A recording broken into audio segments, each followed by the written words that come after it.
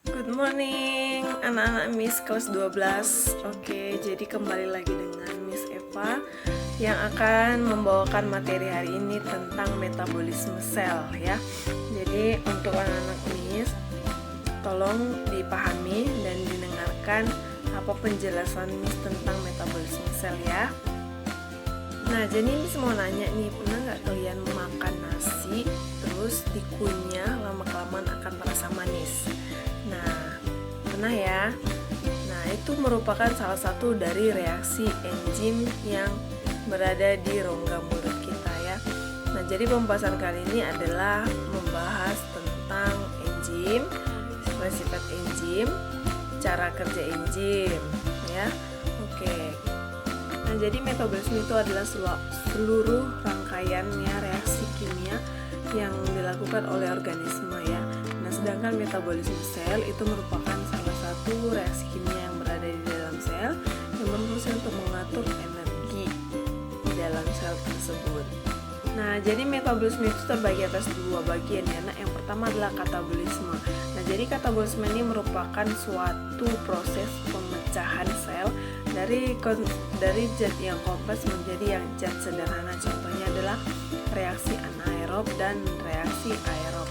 Jadi reaksi aerob ini adalah reaksi yang memerlukan oksigen untuk pemecahannya, dan sedangkan reaksi anaerob adalah reaksi kimia yang tidak memerlukan oksigen untuk proses pemecahan molekul zat kimianya.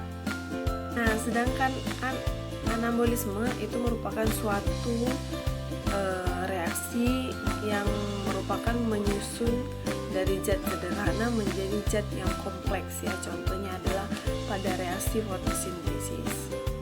Nah, jadi untuk pertemuan kali ini kita membahas tentang enzim ya. Nah, jadi di dalam metabolisme harus memerlukan yang namanya enzim, karena enzim ini merupakan protein yang berfungsi sebagai biokatalisator. Artinya adalah mempercepat reaksi, tetapi dia tidak ikut bereaksi. Nah, jadi komponen enzim itu terbagi atas dua, yaitu yang pertama apoenzim ya. Jadi apoenzim ini merupakan gugus protein, sedangkan gugus prostetik merupakan gugus non protein. Nah, jadi ini merupakan sebuah gambar yang buat ya.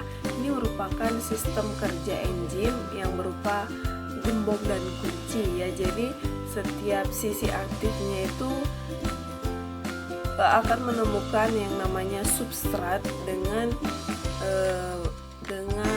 bentuk sisi dari si enzim. Nah, jadi ini akan berlekatan dan kemudian membentuk yang namanya hasil dari enzimatis tersebut. Nah, ini salah satu kerja dari enzim juga, yaitu ketepatan induksi ya. Jadi sisi aktifnya itu akan berbentuk seperti substratnya atau fleksibel, sehingga substrat dan enzimnya melekat dan akan menghasilkan produk. Nah, jadi berikut sifat-sifat enzimnya. Jadi enzim itu kita hanya memerlukan sedikit aja dalam tubuh kita, tetapi harus ada ya.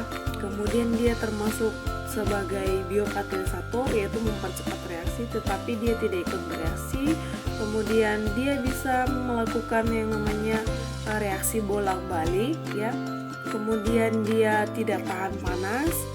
Kemudian memiliki yang namanya substrat, dan enzim merupakan protein berfungsi sebagai katalis ya, atau mempercepat reaksi. Kemudian bersifat koloid dan bekerja dengan cara yang cepat. Nah, sampai di sini materi yang Miss jelaskan, dicatat ya apa materi yang udah Miss sampaikan. Nah, ini ada tugas Miss berikan untuk anak kelas 12 ya. Coba dicari 4 faktor yang mempengaruhi cara kerja enzim ya. Dicatat dan jangan lupa untuk dikirimkan ke WhatsApp Miss hari ini juga ya. Oke, sekian materi yang Miss sampaikan dan sampai jumpa di pertemuan berikutnya.